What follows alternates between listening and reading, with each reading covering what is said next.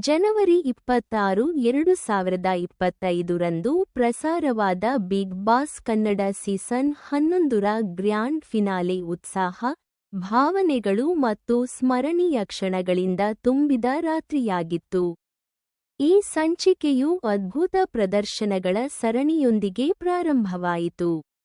ಸಂಜೆಗೆ ಹೊಳಪು ಮತ್ತು ಗ್ಲಾಮರ್ ಅನ್ನು ಸೇರಿಸಿತು. ನಿರೂಪಕ ಕಿಚ್ಚ ಸುದೀಪ್ ತಮ್ಮ ದಿವಂಗತ ತಾಯಿಗೆ ಹೃತ್ಪೂರ್ವಕ ಗೌರವ ಸಲ್ಲಿಸಿದರು. ಪ್ರೇಕ್ಷಕರೊಂದಿಗೆ ಭಾವನಾತ್ಮಕ ಕ್ಷಣವನ್ನು ಹಂಚಿಕೊಂಡರು. ರಾತ್ರಿ ಮುಂದುವರೆದಂತೆ ಅಂತಿಮ ಸ್ಪರ್ಧಿಗಳು ತಮ್ಮ ಅಂತಿಮ ಕ್ಷಣಗಳನ್ನು ಸಸ್ಪೆನ್ಸ್ನಿಂದ ಎದುರಿಸಿದರು. ಮೊದಲು ಹೊರಹಾಕಲ್ಪಟ್ಟವರು ಉಗ್ರಂ ಮಂಜು, ನಂತರ ಮೋಕ್ಷಿತಾ ಪೈ ಸ್ಪರ್ಧೆಯನ್ನು ಅಗ್ರ ಸ್ಪರ್ಧಿಗಳಿಗೆ ಸೀಮಿತಗೊಳಿಸಿದರು. ಈ ಸಂಚಿಕೆಯು ಭಾವನಾತ್ಮಕ ವಿದಾಯಗಳು, ಸಂಭ್ರಮಾಚರಣೆಯ ಪ್ರದರ್ಶನಗಳು ಮತ್ತು ಋತುವಿನ ವಿಜೇತರ ಬಹುನಿರೀಕ್ಷಿತ ಘೋಷಣೆಯಿಂದ ಗುರುತಿಸಲ್ಪಟ್ಟಿತು. ಅಂತಿಮ ಸ್ಥಾನಗಳು 1. ವಿಜೇತ ಹನುಮಂತ 2. ಮೊದಲ ರನ್ನರ್ ಅಪ್ ತ್ರಿವಿಕ್ರಮ್ 3. ಎರಡನೇ ರನ್ನರ್ ಅಪ್ ರಜತ್ 4. ಮೂರನೇ ರನ್ನರ್ ಅಪ್ ಮೋಕ್ಷಿತಾ ಪೈ. ಹನುಮಂತ ಅವರ ವಿಜಯವನ್ನು ಬಹಳ ಉತ್ಸಾಹದಿಂದ ಆಚರಿಸಲಾಯಿತು. ಅವರು ಪ್ರತಿಷ್ಠಿತ ಟ್ರೋಫಿ ಮತ್ತು 50 ಲಕ್ಷ ರೂಪಾಯಿ ನಗದು ಬಹುಮಾನವನ್ನು ಪಡೆದರು. ಮನೆಯಲ್ಲಿ ಅವರ ಪ್ರಯಾಣವು ವಿಶ್ವಾಸಾರ್ಹತೆ, ಭಾವನಾತ್ಮಕ ಬುದ್ಧಿವಂತಿಕೆ ಮತ್ತು ಸ್ಥಿತಿಸ್ಥಾಪಕತ್ವದಿಂದ ಗುರುತಿಸಲ್ಪಟ್ಟಿತು. ಇದು ಪ್ರೇಕ್ಷಕರಲ್ಲಿ ಪ್ರತಿಧ್ವನಿಸಿತು ಮತ್ತು ಅವರಿಗೆ ವ್ಯಾಪಕ ಬೆಂಬಲವನ್ನು ಗಳಿಸಿತು.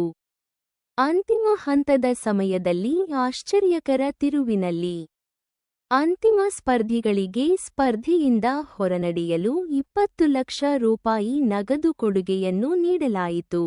ಅವರ ದೃಢನಿಶ್ಚಯ ಮತ್ತು ಬದ್ಧತೆಯನ್ನು ಪ್ರದರ್ಶಿಸಿ ಎಲ್ಲಾ ಅಂತಿಮ ಸ್ಪರ್ಧಿಗಳು ಆಫರ್ ಅನ್ನು ನಿರಾಕರಿಸಿದರು. ಪ್ರಶಸ್ತಿಗಾಗಿ ಸ್ಪರ್ಧೆಯಲ್ಲಿ ಉಳಿಯಲು ಆಯ್ಕೆ ಮಾಡಿಕೊಂಡರು. ನಿರೂಪಕ ಕಿಚ್ಚ ಸುದೀಪ್ ಅವರ ದಿಟ್ಟ ನಿರ್ಧಾರವನ್ನು ಶ್ಲಾಘಿಸಿದರು.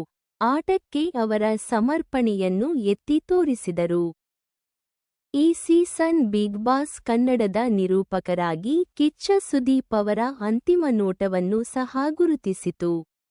ಅವರ ವರ್ಚಸ್ವಿ ಉಪಸ್ಥಿತಿ ಮತ್ತು ಒಳನೋಟವುಳ್ಳ ಸಂವಹನಗಳು ವರ್ಷಗಳಲ್ಲಿ ಕಾರ್ಯಕ್ರಮದ ಯಶಸ್ಸಿಗೆ ಮೂಲಾಧಾರವಾಗಿದೆ.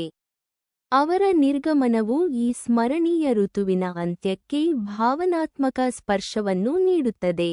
ಗ್ರ್ಯಾಂಡ್ ಫಿನಾಲೆಯ ವಿವರವಾದ ಸಾರಾಂಶಕ್ಕಾಗಿ ನೀವು ಜಿಯೋ ಸಿನಿಮಾದಲ್ಲಿ ಪೂರ್ಣ ಸಂಚಿಕೆಯನ್ನು ವೀಕ್ಷಿಸಬಹುದು.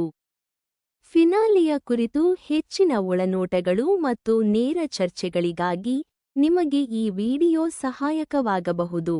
ದಯವಿಟ್ಟು ಲೈಕ್ ಮಾಡಿ. ದಯವಿಟ್ಟು ನಮ್ಮ ಚಾನಲ್ ಅನ್ನು ಚಂದಾದಾರ